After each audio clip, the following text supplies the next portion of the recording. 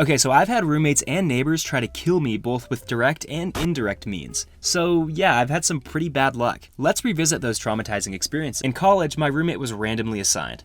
This is pretty much like entering the lottery. Winning is a fallacy and you always lose. This guy didn't try to kill me, but he was nasty.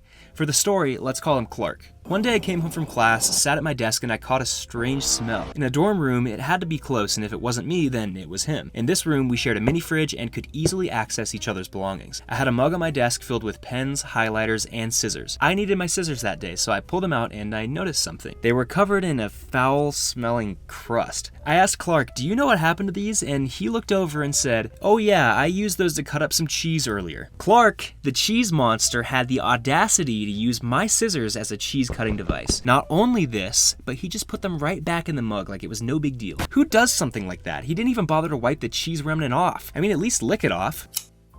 Later in college, I moved out of the dorms and I lived with one of the most out-of-control people I'd ever met. We can call him Carl. Carl was unpredictable, and not the funny type of unpredictable, the I'm in danger when I'm near you type of unpredictable. This is the roommate who attempted to kill me with direct means. One night, Carl was being louder than usual in the kitchen. I go downstairs to see Carl, who was very drunk, and his girlfriend, who is trying to calm him down. When Carl spots me, he starts to go after me. Carl grabbed his skateboard, backed me into the nearby bathroom, and threw it right at my face. A well-placed blow from that skateboard could have done some serious damage. Luckily, I managed to block the blow. Then in a drunken fury, Carl opened up the front door and took off into the night, running through the neighborhood, jumping fences like a psycho. His girlfriend chased him for a good hour and a half before she could catch him. This really happened. Those two are now married and have a child. Lastly, my worst neighbor experience of my entire life. This was an absolute nightmare of a situation involving an abusive neighbor who tried killing me with indirect means. How considerate. Mostly by injecting toxic cigarette fumes into our apartment. How many of us like the smell of cigarette smoke? Go ahead, comment, just take some time and let me know.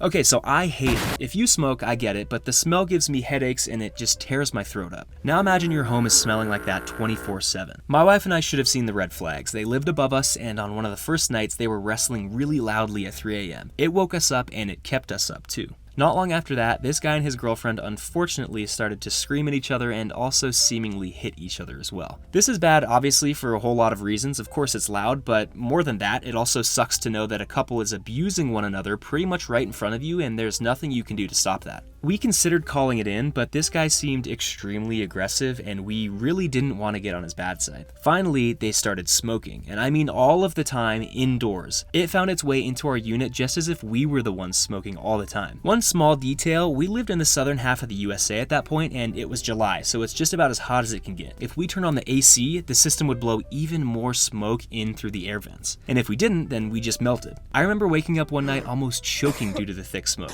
I had to step outside for some relief, feeling pretty helpless. Okay, so I didn't write this part in my script, but I also just thought of this part of the story. I even walked upstairs and I knocked on the guy's door. I was pretty scared to do this, obviously, because of the things that I'm telling you.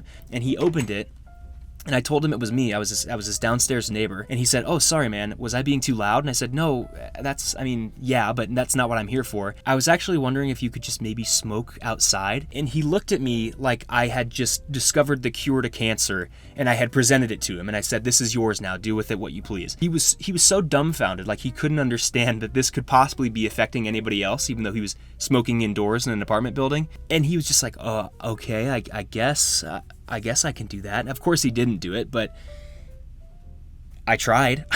Luckily, we had a lot of kind friends to take us in and let us sleep in their homes. After much arguing and many emails sent by myself, we got out of our lease and away from this guy. So those are some of the worst roommate and neighbor stories that I have. If you have any similar stories, please do share them with me in the comments. Thank you for watching.